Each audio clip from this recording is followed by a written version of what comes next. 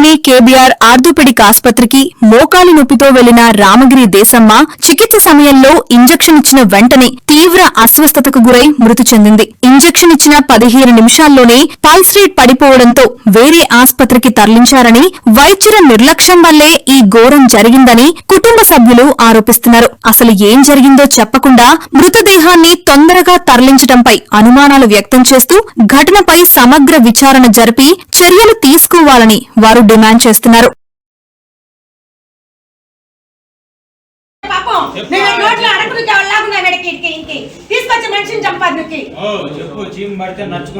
మీరు బయటికి వెళ్ళండి మమ్మల్ని బయటికి పంపించేశారు.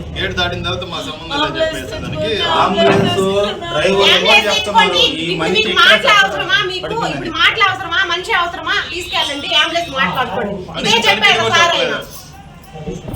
పేషెంట్కి కాలు నొప్పి అని చెప్పి కాలుకి దెబ్బ తగిలి చీము తగిలితే తీసుకొచ్చాము. KBR orthopaedic Sunday market Saibaba పక్కన టెంపుల్ ఉండే అతని దగ్గరికి. అతను ఏం చేశాడంటే, డాక్టర్ ఏం చేశాడంటే, మేము బొట్టన వీళ్ళకి చీము ఉందని చెప్పి చీము చూపించి దీనికి డ్రెస్సింగ్ చేపిస్తే చాలు అని చెప్పి 50, 40, 60 సంవత్సరాలు గల ఒక లేడీ చేత ఒక ఇంజెక్షన్ చేయించాడు. ఆ ఇంజెక్షన్ ఫుల్ కూడా వేయలేదు. ఒక్క డోసు ఒక్క రొంత మాత్రం ఏంగానే వెంటనే ఆవిడికి ఒళ్ళంతా మంటలో చెమట రావడం వల్ల ఇమీడియట్లీగా అతను అక్కడే కుప్పగొలిపోయి చనిపోయింది. చనిపోయిన విషయం డాక్టర్కి, వైద్యశాల సిబ్బంది మొత్తానికి తెలుసు. కానీ డాక్టర్ ఏం చేశాడంటే తెలివిగా ఈవిడికి కార్డియాక్ అరెస్ట్ అయింది, మీరు వేరే హాస్పిటల్కి షిఫ్ట్ చేయండి అని చెప్పి ఇమీడియట్గా లోకల్లో ఉండే ప్రైవేట్ అంబులెన్స్ని మాట్లాడించి పేషెంట్ని బాడీని ఇక్కడి నుంచి తరలించాలని తెలివిగా డాక్టరు ఎంతో సమయస్ఫూర్తితో దీన్ని నిర్ణయించాడు. కానీ అంబులెన్స్ డ్రైవర్లు కూడా చెప్తున్నారా, మేము ఎక్కించుకునేటప్పుడు మనిషి ప్రాణం కూడా పోయింది అని చెప్పి డాక్టర్ని కానీ వివరణ అర్థంగా అతను నిర్లక్ష్య సమాధానం చెప్తున్నాడు. మా నాన్న కూడా మా చేతిలో చనిపోయాడు, మీ ఇంట్లో ఉన్నా చనిపోతాడు, బయట ఉన్నా చనిపోతాడు, దానికి ప్రాణానికి ఎటువంటి హాని ఉండదు, గ్యారంటీ ఉండదు అని చెప్పి నిర్లక్ష్య సమాధానం చెప్తున్నాడు. ఇటువంటి డాక్టర్ని భవిష్యత్తులో కనీసం హాస్పిటల్ కాదు కదా, ఆర్ఎంపీ హాస్పిటల్ కూడా పెట్టేదానికి లేకుండా ప్రభుత్వ వైద్యశాల జిల్లా యంత్రాంగం ఇమీడియట్గా ఇతను ఎంబీబీఎస్ సర్టిఫికేట్ని కానీ ఇతను డిగ్రీ సర్టిఫికేట్ని మొత్తాన్ని బ్లాక్ చేసేసి భవిష్యత్తులో ఇతను ఎక్కడ కనీసం హాస్పిటల్ ఫస్ట్ ఎయిడ్ చేసేదాన్ని కూడా అనార్హుడి కింద ఇతనే చేయాల్సిన జిల్లా యంత్రాంగ వైద్యశాలని మళ్ళీ ఉన్నత అధికారులని మేము ప్రభుత్వం తరఫున ఖచ్చితంగా ఇక్కడ బాధితురాల తరఫున కోరుతున్నాము. అలాగే డిమాండ్ కూడా చేస్తున్నాం. భవిష్యత్తులో ఇటువంటి ఎప్పుడు పునరావృతం కాకుండా కావాలని కోరుతున్నాము. ఈ సండే మార్కెట్లో కేబీఆర్ ఆర్థోపెడిక్ అనే డాక్టర్ ఉత్త ఫ్రాడ్ పర్సన్. కాలుకి దెబ్బ తగిలితే ఇంజెక్షన్ వేసి ప్రాణాలు తీసినటువంటి డాక్టర్ కేవలం డబ్బు కోసమే వైద్యం చేస్తున్నాడు, కేవలం డబ్బు కోసమే ప్రాణాలను చూస్తున్నాడు. డబ్బు లేకపోతే కనీసం లోపలికి కూడా రానిడు. ఇటువంటి డాక్టర్ ఉన్నా ఒకటే, లేకపోయినా ఒకటే. డాక్టర్కే అతను కలంకము. డాక్టర్ వృత్తి అంటేనే కేవలం చేతులిచ్చి జోడించాలి. కానీ ఇతను చేసిన ప్రభుత్వం వల్ల ఏంటంటే ప్రాణాలకి అతను సమాజంలో అయితే పనికిచ్చే వ్యక్తి కాదు.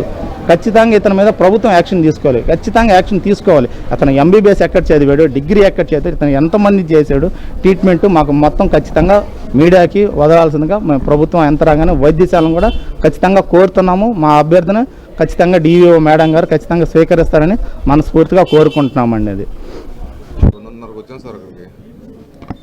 మధ్యాహ్నం 2:30కి ఇక్కడికి వచ్చాము. మా అమ్మ మా వదిన లోపలికి వెళ్ళారు, నేను అక్కడ టీ తాగేదానికి వెళ్ళాను. అక్కడ టీ తాగి లోపలికి వచ్చే లోపల ఇద్దరు బయటకు వచ్చారు. ఏం చెప్పారు వదిన అని అడిగాను. స్కానింగు బ్లడ్ టెస్ట్ రాశారని చెప్పారు. అక్కడి నుంచి నడుచుకుంటా ఈ రూమ్లోకి వెళ్ళింది. ఈ రూమ్లో ఎక్స్రే తీసుకున్నారు. తీసుకున్నానే ఏడు నుంచి అడిగిచ్చి అక్కడ కూర్చొని పెట్టారు. మన ఎక్స్రే వచ్చింది. ఎక్స్రే రాగానే పేషెంట్ని మా అమ్మని లోపల తీసుకెళ్లారు. లోపల తీసుకెళ్ళి అది చీమ్ పట్టుంది, చీమ్ తీస్తాము అని చెప్పి అక్కడ పొనుగోబెట్టారు. మేము బయట ఉన్నామని చెప్పారు. బయట ఉన్నాము. చీమ్ తీసేదానికి ఇక్కడ పోలేసి చీపిచ్చారు, మాకు చీపిచ్చారు. చీమ్ ఇదిగో చీమ్ అని చెప్పి చీపిచ్చారు. మీరు బయట కూర్చోండి, కట్టి పిలుస్తానని చెప్పాడు. దానికి కట్టాడు. కట్టి మా సిస్టర్స్ని ఇంజెక్షన్స్ చేయమని చెప్పి మమ్మల్ని లోపల పిలిచాడు. అక్కడ ఇంజెక్షన్ వేసారు. మాతో 2 మాటలు మాట్లాడాడు. ఇప్పుడు ఎముకుంది కదా, అది 3 రోజుల తర్వాత ఇంతవరకు తీయాల్సి వస్తుంది, కొంచెం ఇన్ఫెక్షన్ అయింది బొట్టనేలు, ఇంతవరకు తీయాల్సి వస్తుంది అని చెప్పిన 2 మాటల్లోనే ఆమె లేచి కూర్చొని నాకు మంట అనింది. అంతే అట్టే పడిపిస్తుంది. ఇంత అప్పటికప్పుడే ఏ ఇంజెక్షన్స్ వేసారు. అప్పటికప్పుడే అక్కడ లిఫ్ట్ ఉంది పక్కనే, ఆ లిఫ్ట్లో నుంచి పైకి తీసుకెళ్ళిపోయి ఇంకా మమ్మల్ని లోపల రానిలేదు. కరెక్ట్గా 5 నిమిషాలు కూడా జరగాలి. మనం బయటకు వచ్చి ఇక్కడికి వచ్చి పల్స్ రేట్ పడిపోయింది, అంబులెన్స్ తీసుకొచ్చుకోండి హాస్పిటల్కి పోవాలన్నారు. అక్కడే ఉంది అంబులెన్స్. సెకండ్ లోపల అంబులెన్స్ తీసుకొచ్చేసాను. తీసుకురాగానే ఇక్కడ బయటికి తీసుకొచ్చారు. అని వితిన్ సెకండ్స్లో వెనక్కి పడిపోయిందంట. ఇక్కడున్న ఎనస్థాలజిస్ట్ ఉందని చెప్పి ఇంకా వాళ్ళు ఏదో ట్రీట్మెంట్ చేస్తామని చెప్పి చేశారు. పైప్ ఏదో నోస్లో ఏదో చేసి ఇదో ఒక 10 minutesలో ఇంకా మా వాళ్ళు ఎవరిని లోపలికి రానికుండా లాక్ వేసేసి వాళ్ళు ఏదో చేశారు. ఈ లోపల మమ్మల్ని అంబులెన్స్ని పిలుచుకోమన్నారు. అంబులెన్స్ని తీసుకొని వచ్చాము. చెప్పినట్లు బయటికి తీసుకొని వచ్చడానికి ఒక 5-10 minutes అయ్యింది. ట్రీట్మెంట్ చేసామని చెప్పారు. వెంటనే హార్ట్ అటాక్ ఎప్పుడు వస్తుందో తెలియదు. మా నాన్న కూడా అలాగే చనిపోయారు.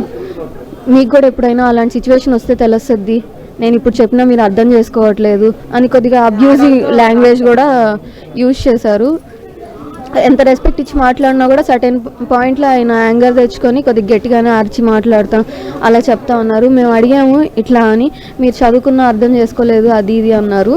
మేము ఒక చదువుకున్న వాళ్ళుగా కాకపోయినా ఒక బేసిక్ క్వశ్చన్ అడుగుతున్నాం. యాజ్ అ డాక్టర్ ఆయనకి ఫస్ట్ థింగ్ ఒక పేషెంట్ బతుకున్నారా లేదా అనేది తెలియాలి.